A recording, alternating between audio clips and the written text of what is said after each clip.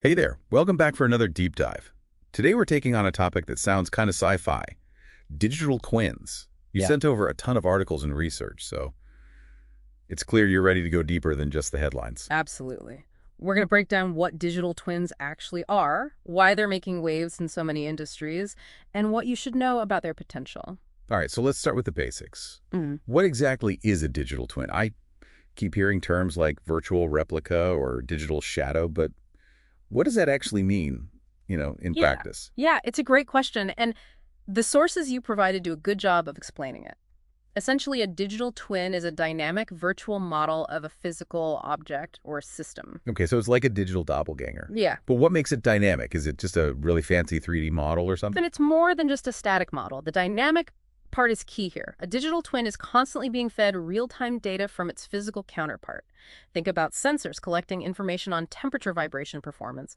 All of that data flows into the digital twin, keeping it in sync with the real world. So it's like a live, breathing mirror image constantly updating itself. Exactly. And because it's digital, we can interact with it in ways we never could with the physical object. We Hmm. can run simulations, analyze performance tests, different scenarios, and even use it to predict future behavior. That's amazing.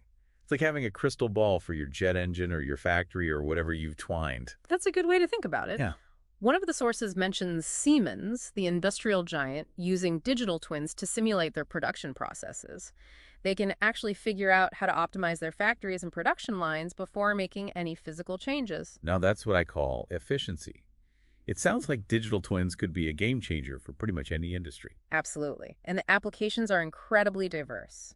But before we jump into all that, let's talk about the different types of digital twins. The sources you sent highlight two main categories: product twins and control tower twins. Okay, I'm intrigued. Break those down for me. Sure, a product twin, as you might guess, is a digital replica of a specific product. Think of a jet engine again. The digital twin would be constantly monitoring all sorts of data from the real engine. That helps engineers understand how it's performing, predict when maintenance might be needed, and even identify ways to improve the design of future engines. That makes perfect sense. Yeah. So what about these control tower twins? Do they like sit in a virtual control tower and watch over everything? You could think of it that way. A control tower twin is a digital replica of a larger system. Imagine having a virtual model of your entire supply chain. You'd be able to see where bottlenecks are happening, anticipate disruptions, and make data-driven decisions to keep things running smoothly. Wow, so it's like having a bird's eye view of your whole operation in real time. Precisely. And that kind of insight is invaluable for businesses looking to optimize efficiency and stay ahead of the curve. It sounds like we've only just scratched the surface of what digital twins can do. So let's take a deeper look at some specific applications, shall we? Let's do it. We're going to take a whirlwind tour of industries being transformed by digital twins. But first, a quick question for you, listener name. Ooh, I like where this is going. Think about the industry you're in.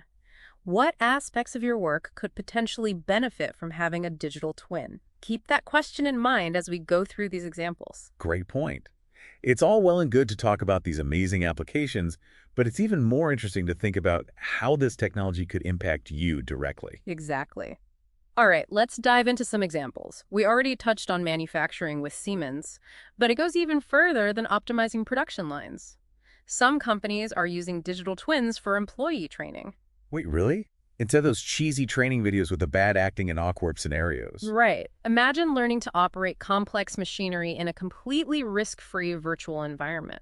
That's what digital twins can offer. You can practice procedures, make mistakes, and learn from them all without any real-world consequences. That's so much cooler than those old school training methods. And it's incredibly effective. All right, what else? What other industries are jumping on the digital twin bandwagon? Healthcare is another big one. Digital twins have the potential to revolutionize patient care. Okay, now we're talking.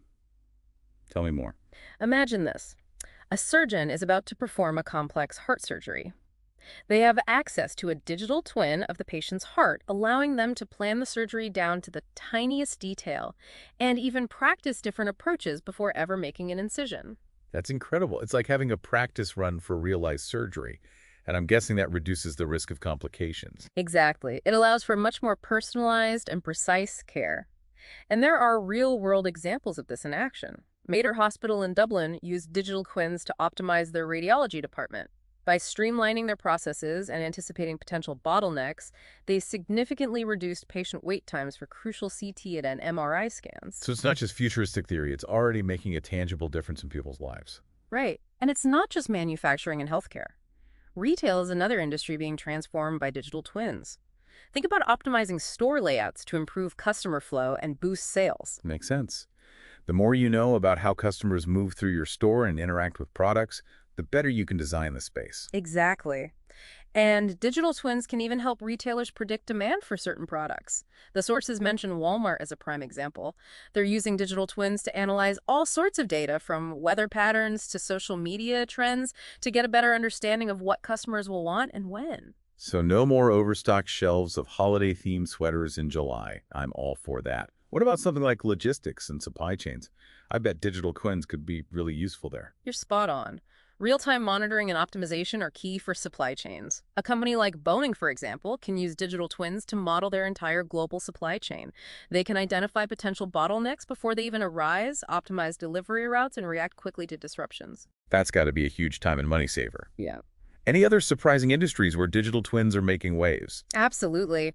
The food and beverage industry is getting in on the action. They're using digital twins to understand consumer preferences, better optimize production processes, and even figure out how to extend the shelf life of products. Wait, so digital twins can help keep my snacks fresher for longer. Now you're speaking my language. And for those of us who are always on the lookout for the next big thing in tech, Ericsson is already using digital twins to develop and test 6G networks. 6G? But we haven't even fully rolled out 5G yet. It's crazy. It is, but it highlights how digital twins can help us innovate and prepare for the future. It's like building and testing the future in a virtual sandbox. This is blowing my mind. It seems like there's no limit to what digital twins can do. Okay, listener, name time for a little reality check. I'm curious to hear what's been standing out to you so far. Yes. Let's pause for a moment. Out of all these examples, which ones resonate most with you? What possibilities or challenges do you see for digital twins in your own industry or area of interest? Hold on to those thoughts, and we'll come back to them later in the deep dive. For now, let's get back to exploring this fascinating world of digital twins. So we've seen some of the potential of digital twins in a bunch of different industries, but like with any powerful technology, there are challenges and things to think about. Yeah, time for a reality check. What are some of the potential downsides or risks we should be aware of with digital twins? One of the biggest concerns, and this comes up a lot in what you sent over, is cybersecurity. Digital twins rely on a ton of data, and that data needs to be protected. A security breach could have serious consequences. It's like building this super detailed, sophisticated virtual world, and then just leaving the door wide open for hackers. That's a pretty good analogy. And the stakes are high. Think about a hacker getting into the digital twin of something like a power grid or a hospital's critical systems. The potential for disruption and damage is huge. Yeah, that's a scary thought. What about the data itself? You mentioned that as a potential challenge, too. Yeah. Right. It's not just how much data there is, but the quality of the data, too. Inaccurate or incomplete data can lead to simulations and predictions that are just wrong, which defeats the whole purpose of having a digital twin. Garbage in, garbage out. Exactly. You need to make sure you're feeding the digital twin reliable, high-quality data to get insights that are actually accurate and meaningful. Makes sense. Are there any other challenges we should be aware of? Integration is another big one. It's not always easy to just plug a digital twin solution into existing IT systems and workflows. So it's not as simple as flipping a switch and boom, you've got a digital twin up and running. Not quite. It can take a lot of time, resources, and expertise to get everything working together smoothly. Got it.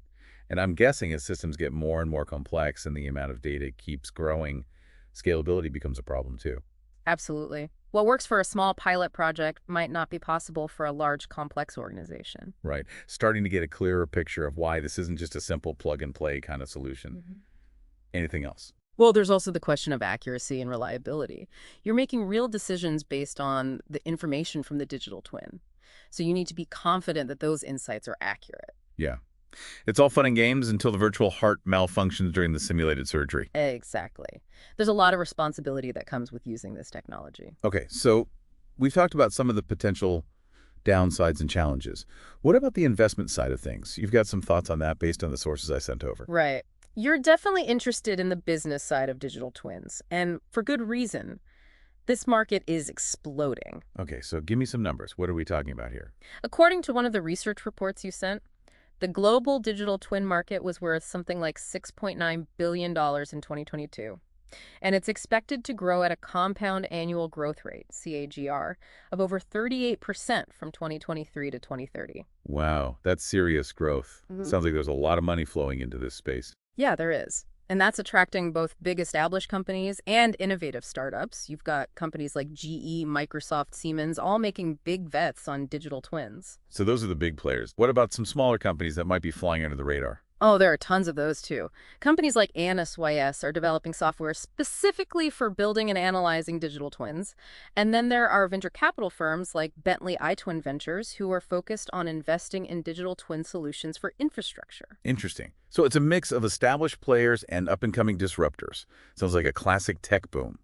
Any particular companies or investment areas that are especially interesting right now? Well, if you're interested in healthcare applications of digital twins, Altimeter Capital and Insight Partners are two firms to watch. They're investing a lot in AI-powered digital twin tech, especially for use in clinical trials and drug development. And then there's Temasek, a global investment company. They're also focused on healthcare backing companies developing digital twins for chronic metabolic diseases. This is a lot to think about. It's Yeah. exciting to see so much innovation happening. But let's step back for a minute and think about the bigger picture. Where do you see this technology going in the future? What are some of the long-term implications of digital twins? That's the question, isn't it? And it's one we should be thinking about carefully.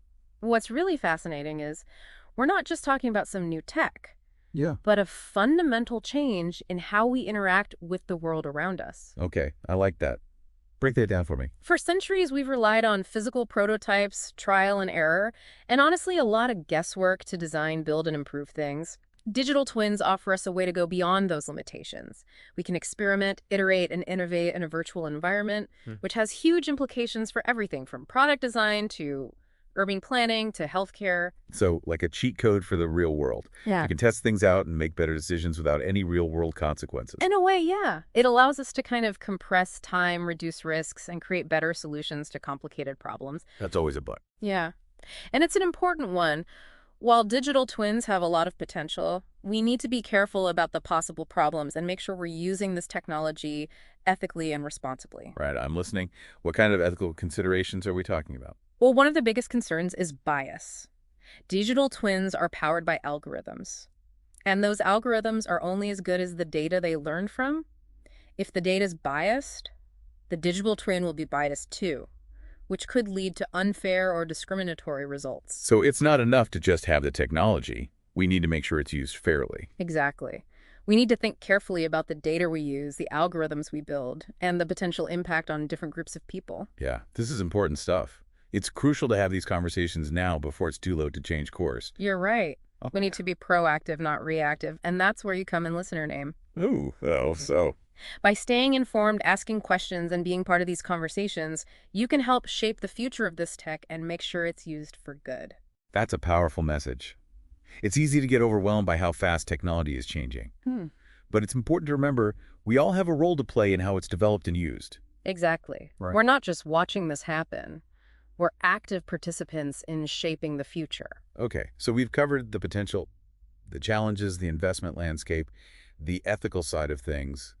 That's a lot.